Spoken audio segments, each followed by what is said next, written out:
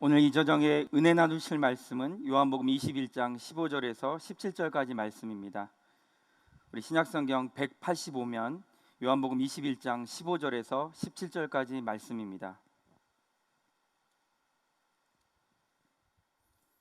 요한복음 21장 15절에서 17절까지 말씀, 우리 세 절인데요, 다 함께 한 목소리로 합독하겠습니다.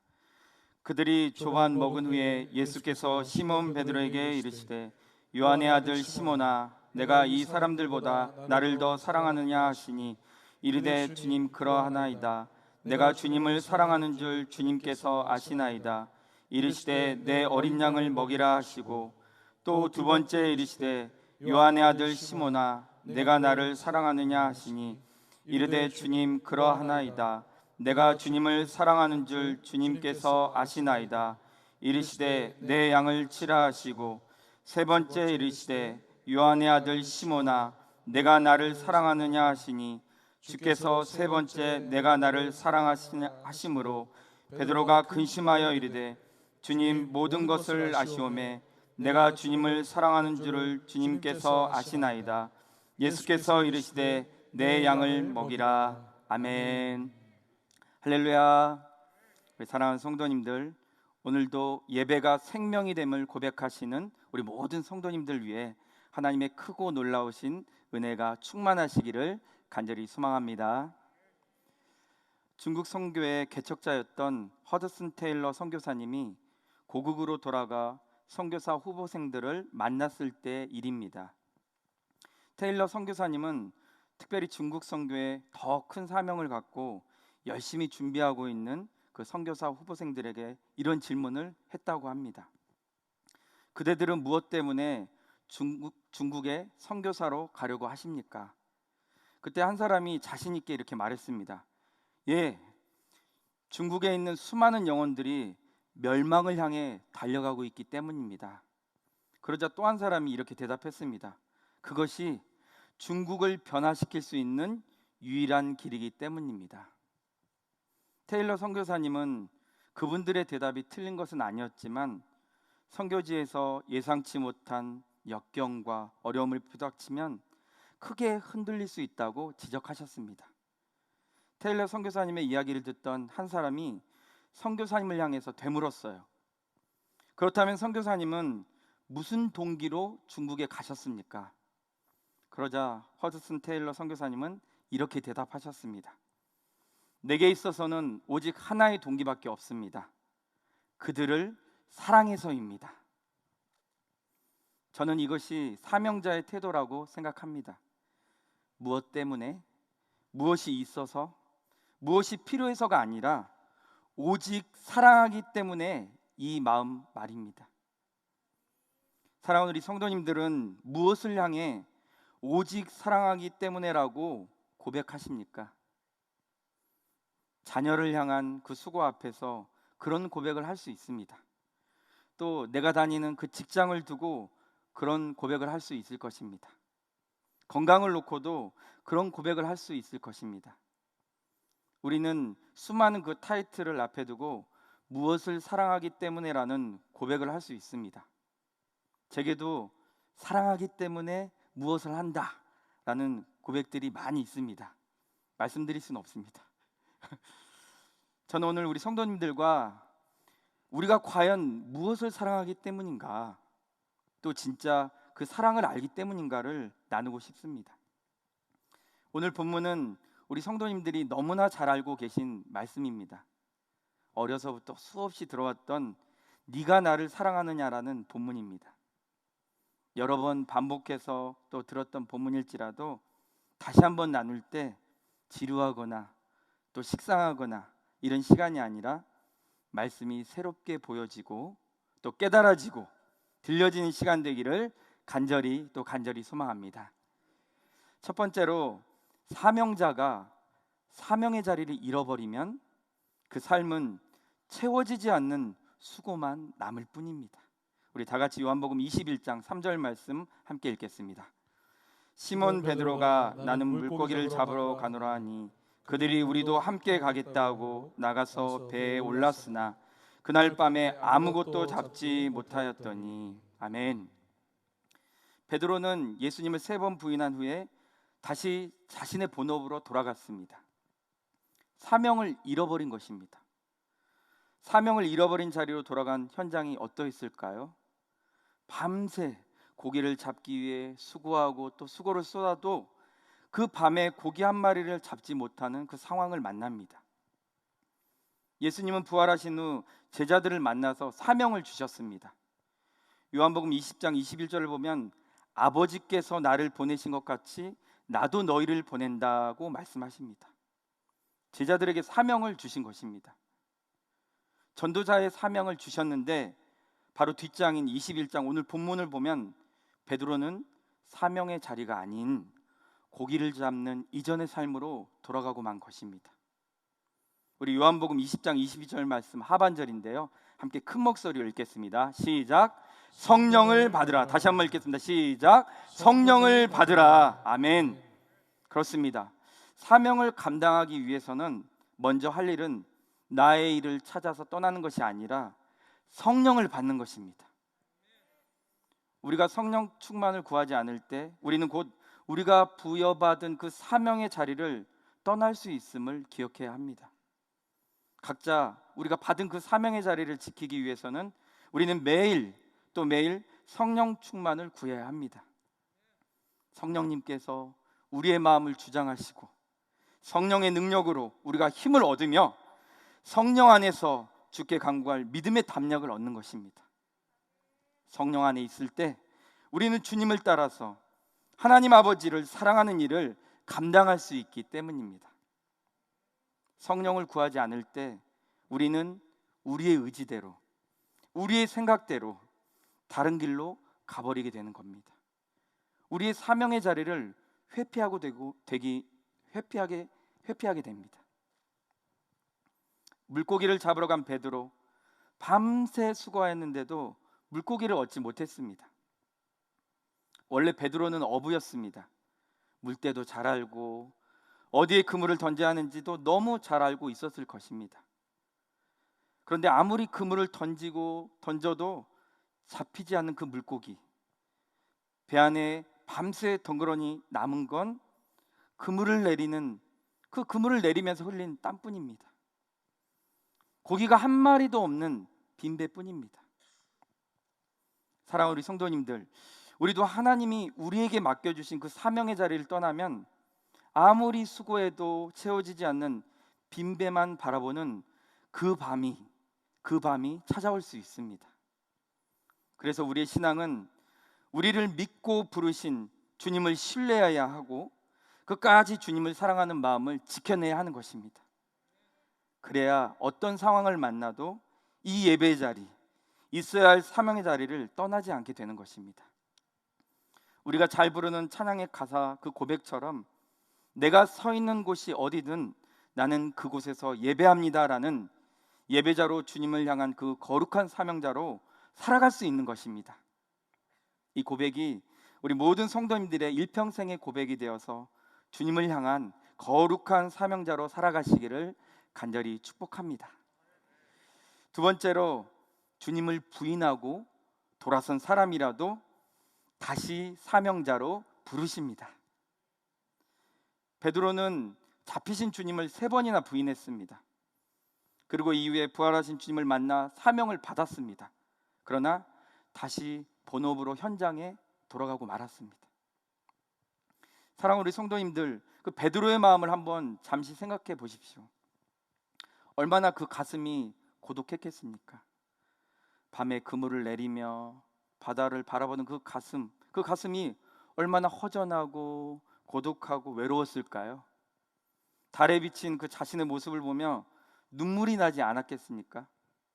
얼마 전까지 정말 예수님 쫓아다니며 그렇게 열정적이었던 자신의 그 모습이었는데 지금 다시 이전으로 돌아가서 이렇게 그물을 잡고 있는 자신의 모습을 보며 베드로의 심정이 어땠을까요? 어쩌면 일부러 예수님에 대해 생각하지도 않고 더 열심히 일만 하는 그 마음이 강하게 있었는지도 모르겠습니다. 그런데 생업의 현장, 그 현장으로 돌아가 그물을 내리고 있는 그 밤에 예수님은 베드로를 찾아오셨습니다. 그리고 밤새 수고해도 고기를 잡지 못한 그 안타까운 현장에서 예수님은 다시 말씀하십니다. 그물을 배 오른편에 던져라. 그리하면 잡으리라. 왼쪽 오른쪽 그 다른 의미가 있나 그런 생각하지 마시고 우리는 그 이후에 어떤 일이 일어나고 있는지 주목해야 합니다. 예수님께서 말씀하시자 그들이 배 오른편으로 그물을 던졌습니다. 그렇더니 한 마리도 잡히지 않았던 물고기가 너무 많이 그물에 걸려서 그물을 들어올릴 수 없었다고 기록하고 있습니다. 사랑하는 우리 성도님들, 바로 이것입니다. 우리가 주님이 없는 그 수고의 밤을 맞이하고 있다고 해도 주님은 그 고독한 밤의 시간에 찾아와 주십니다. 우리가 마주하는 그 괴로움의 밤, 그 수고의 밤, 그 고독함의 그 밤에 주님은 찾아오십니다. 그리고 말씀해 주시는 분이십니다. 오른편에 그물을 던져라. 그리하면 잡으리라. 내 말을 들어라. 그래야 문제를 해결할 수 있다고 말입니다. 주님의 말씀을 듣는 것, 즉 따르는 것, 이것이 바로 사명입니다. 예수님은 베드로와 그 제자들에게 사명이 무엇인지 현장에서 보여주고 계신 것입니다.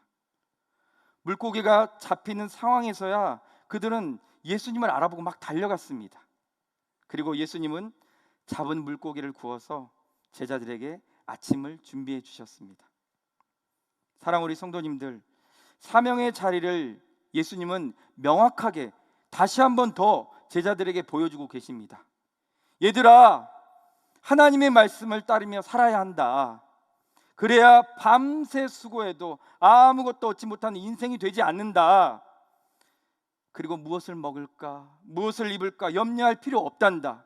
주님의 명령을 따를 때 우리에게 필요한 것을 제공해 주시는 그 은혜를 경험하게 되는 거란다. 사랑하는 우리 성도님들, 모닥불을 피워 생선을 올려놓고 굽는 예수님을 베드로는 바라보았을 것입니다. 모닥불 앞에서 예수님을 바라보는 베드로에게 이전에 자신이 모닥불 앞에서 예수님을 부인했던, 3번이나 부인했던 그 상황이 안 떠오를 수 없었을 것입니다. 베드로는 아마 위축되었을 거예요. 예수님을 마주보기가 얼마나 송구스럽고 죄송했을까요? 사랑하는 우리 성도님들, 우리에게도 이런 순간들이 있지 않으십니까? 이렇게 해야 되는데, 이같이 이 길을 주님이 기뻐하시는 건데, 그런데 그것도 알면서도 행하지 못한 그런 선택들 말입니다. 그래서 교회에 나와서 후회하고 또 울기도 하고, 어떤 경우에는 주님 보기가 너무 부끄러워가지고 얼마 동안 교회 예배도 못 나오고, 그러다가 다시 주님 없으면 안 되겠다 깨닫고 예배 자리로 돌아온 그 경험들, 우리에게도 한 번쯤 있지 않으십니까? 우리 모두도 베드로처럼, 다른 제자들처럼 우리의 생각으로 나간 길에서 주님을 다시 만난 경험이 있을 것입니다. 이전의 사건이 생각나 위축되고 예수님의 얼굴 보기가 민망했던 베드로에게 예수님은 베드로야, 네가 나를 사랑하니 물으십니다. 네, 그럼요. 예수님, 제가 정말 예수님 사랑해요. 아, 그렇구나. 베드로야, 네가 정말 나를 사랑하니? 네, 예수님 정말 사랑해요.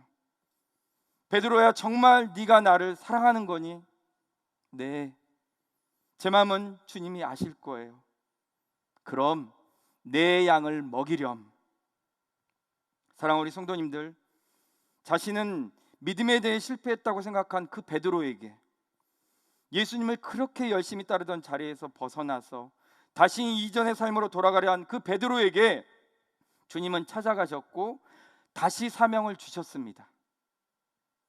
사랑하는 우리 성도님들, 나는 안 돼.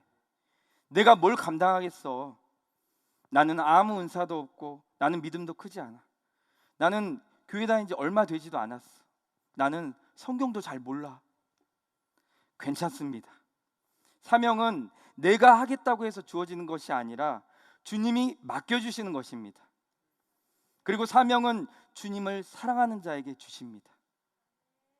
믿음에 실패해서 먼 그 방황길에서 돌아온 자라 해도 또 가정을 지키지 못해서 이혼을 해서 용기를 잃어버린 자라 해도 남들 다 있는 그 수많은 은사 하나 가지지 못한 그런 자라 할지라도, 또 그리고 믿음의 가정에서 자라지 못하고 지금 혼자 예수님을 믿고 가정에서 어렵게 신앙생활을 하고 있는 자라도 주님은 사명을 맡겨주십니다.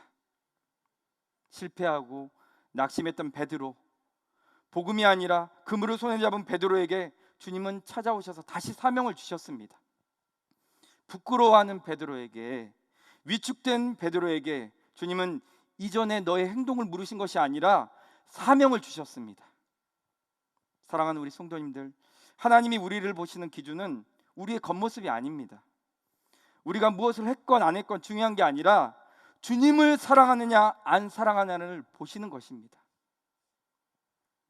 그 사람 모세라는 책이 있습니다. 거기에 보면 이런 내용이 있습니다. 각자의 삶의 자리에서 하나님의 손길을 체험할 때 우리는 새 세상으로 들어갑니다. 하나님을 보지 못하는 곳이 광야이며 하나님을 발견한 즉시 그곳은 거룩한 땅이 됩니다. 그 체험이 깊어질 때, 그럴 때면 정말 신을 벗어놓고 무릎을 꿇고 싶을 정도입니다. 지금까지의 내 존재를 벗어버리고 그 세상에 들어가 새로운 존재로 살고 싶기 때문입니다. 실제로 그러한 변화가 일어납니다. 하나님은 이렇게 우리를 만나 주심으로 우리의 삶의 방향과 목적을 바꾸십니다. 하던 일을 내려놓고 새로운 일을 하게 하시기도 하고, 하던 일을 계속하게 하시면서 그 일을 통해 새로운 일을 행하시기도 합니다. 저는 이 책의 이 글에 한 줄을 덧붙이고 싶습니다. 그것이 바로 우리에게 찾아와 맡겨주신 사명입니다. 사랑하는 우리 성도님들, 저는 오늘 설교 제목을 사명자로 삼았습니다. 우리 모두는 하나님을 너무너무 사랑해서 이 자리에 있습니다. 그러기에 우리 모두 한 분도 예외 없이 사명자이십니다. 네가 나를 사랑하느냐? 그러면 내 양을 먹이라. 사랑하는 우리 성도님들, 사명자는 주를 바라보고 살아가야 합니다. 우리의 형편, 우리의 실수, 우리가 살아왔던 그 지난 날들의 미련했던 삶을 보고 살아가는 것이 아닙니다. 그 모든 것을 주의 크신 사랑으로 품어주시고 우리 같은 사람도 버리지 않고 다시 불러 사랑해 주시는 그분의 크고 위대하신 사랑을 보며 살아가는 것입니다. 얼마 전 아는 목사님과 연락을 하다가 들은 이야기입니다. 어느 작은 교회에서 담임 목사님이 출타를 하셨어요. 그래서 수요 설교를 하실 분이 없어서 그 교회 장로님이 하시게 되었습니다. 70이 넘은 장로님께서는 그동안 살면서 들은 내용도 있고 하다 보니 어떤 하나의 본문을 정해서 설교를 하기 시작하셨습니다. 장로님께서 이제 강단에 딱 쓰셔가지고 하나님의 은혜를 잊지 말아야 합니다. 참 철이 없었고 욱하는 성질 때문에 젊은 날 참 실수도 많이 저지른 정말 나 같은 죄인도 하나님께서 버리지 않으시고 지금까지 붙잡아 주셨습니다.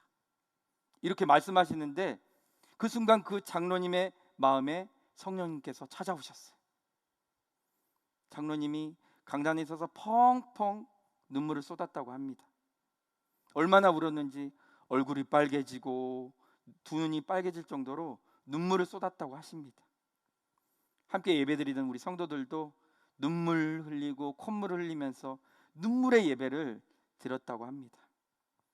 장로님께서는 그날 펑펑 울면서 왜 자기가 그 젊은 날 그렇게 자녀들을 학대했는지, 왜 교회 가는 그 자녀들을 왜 그렇게 때렸는지, 왜 그리 주님을 정말 비방하며 살았는지, 정말 나 같은 죄인을 하나님께서 정말 지금까지 살려주시고 이 자리에 서게 하신 이 큰 은혜를 어찌 갚으며 살아가야 할지 하며 대성통곡하셨다는 것입니다. 그리고서는 마지막에 그래서 우리는 하나님께 은혜를 갚으면서 살아가야 합니다. 어찌됐든 우리 전도하면서 이 은혜를 갚읍시다. 이렇게 마무리하셨는데 그날 온 성도들이 큰 은혜를 받았다고 합니다. 아는 목사님께서 이 이야기를 하시는데 성령님이 일하심에 참 놀라웠습니다. 정말 신학을 공부한 분도 아니시고 설교를 오래 해보신 분도 아니신데 하나님은 장로님이 고백하시는 그 순간 장로님께 찾아오셔서 다시 사명을 주시고 복음을 전할 용기를 주셨습니다. 나 같은 사람도 하나님이 버리지 않으셨습니다 라고 말입니다. 사랑하는 우리 성도님들, 우리 모두는 하나님 앞에서 다 존귀합니다. 하나님은 우리 모두를 존귀하다고 여겨주십니다. 내가 나를 볼 때는 나 같은 사람으로밖에 보이지 않지만 하나님의 눈은 우리를 향해서 내가 지은 존귀한 자로 돌아봐 주십니다. 하나님 앞에서 존귀한 우리가 감당해야 하는 것이 있습니다. 우리 다 같이 이사야 32장 8절 말씀 함께 읽겠습니다. 존귀한 자는 존귀한 일을 계획하나니 그는 항상 존귀한 일을 서리라. 아멘.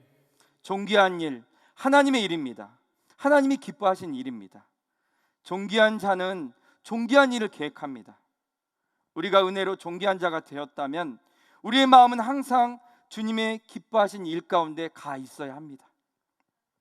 사랑하는 우리 성도님들, 상처 많은 정말 나 같은 사람, 그 실패의 자국 때문에 용기가 없는 나 같은 사람, 지금도 그 절망의 벼랑 끝에서 눈물만 흘리고 있는 나 같은 사람, 우울증 때문에 지금도 수없이 죽음을 생각하고 있는 나 같은 사람이라도 주님은 사명을 주십니다.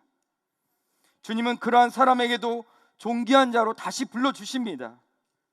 어떤 사랑이든 하나님은 우리 성도님들 한 분 한 분을 사랑하십니다. 이전의 것을 묻지 않으십니다. 왜 믿지 못하냐고 따지지 않으십니다. 그냥 나를 사랑하니? 라고 물으십니다. 주님을 사랑하기만 하면 됩니다. 그리고 다시 맡겨주신 사명만 붙잡으시면 됩니다. 주님이 맡겨주시는 그 사명, 그 자리가 찬양대든 교사이든 구역장이든 예배자이든 어떤 것이든 주님이 마음이 주시는 그 일을 감당해 내십시오. 그 일이 바로 존귀한 일이 됩니다. 새벽 예배의 자리, 그 자리를 끝까지 지키는 것, 모든 공예배를 빠지지 않는 것, 기뻐하며 감사하며 매일매일의 삶을 살아내는 것, 어려운 그런 성도님들을 보면 도와드리는 것, 하나님과 교제하는 그 기도의 자리를 지켜내는 것, 내가 사는 아파트 단지에 주보를 가지고 전도하는 것, 곧 있을 새생명 전도 축제에 동참하여 화요일, 목요일 전도대원으로 전도 현장으로 나가는 것 등등, 하나님은 우리 각자의 마음에 사명을 주실 것입니다. 그 주시는 그 주님의 마음에 아멘으로 순종하시면 충분합니다. 사랑하는 우리 성도님들, 우리 오늘도 기억합시다. 우리 모두는 사명자입니다. 우리 모두는 존귀한 자입니다. 우리가 무엇을 해서 존귀한 자가 되는 것이 아니라 존귀한 그분이 찾아와 주시는 사람이라 존귀한 자이고, 존귀한 그분의 일을 맡았기 때문에 존귀한 자입니다. 그래서 우리는 은혜 받은 자입니다. 사랑하는 우리 성도님들 모두가 사명자로 부름받은 그 각자의 자리에서 매일 또 매일 주님 사랑합니다, 오늘도 더 주님을 사랑합니다라는 고백으로 주님 앞에 나아가시는 그런 귀한 분들, 사명자가 되시기를 주님의 이름으로 간절히 축원합니다.